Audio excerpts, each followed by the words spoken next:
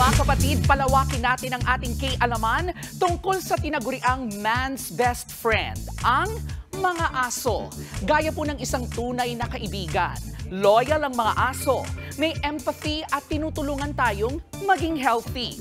Katunayan, sa tuwing pinipet po ninyo ang inyong mga fur babies, bumababa ang inyong blood pressure. Nakakatanggal din sila ng stress at iwas anxiety.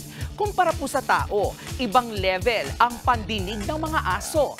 4 na beses itong mas malakas. Matindi rin ang kanilang pang-amoy. Meron na ngang mga tinitrain para maamoy agad kung meron bang cancer, diabetes o tuberculosis ang isang tao. Pagdating naman sa paningin, tanging kulay asul at dilaw lang ang mga nakikita ng mga aso. At eto pang matindi, alam ba ninyong marunong ding umarte ang mga aso? Meron pang ang muntikang magka-Oscar Award. Yan po ang sikat na German Shepherd na si Rin Tin Tin. Nakagawa na siya ng higit 20 pelikula. Isang American journalist ang umaming si Rin Tin Tin daw ang nakakuha ng pinakamaraming boto sa Best Actor Award noong 1929.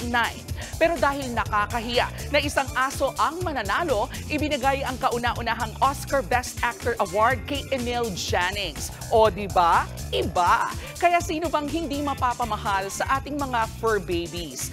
Ayon nga po sa Reader's Digest, kabilang sa mga pinakamalambing na dog breeds ay ang Great Dane, Pug, Golden Retriever at Dachshund.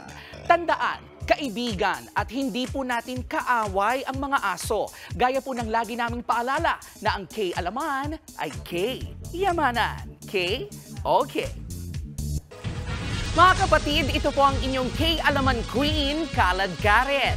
Always remember na ang K-alaman ay K-yamanan.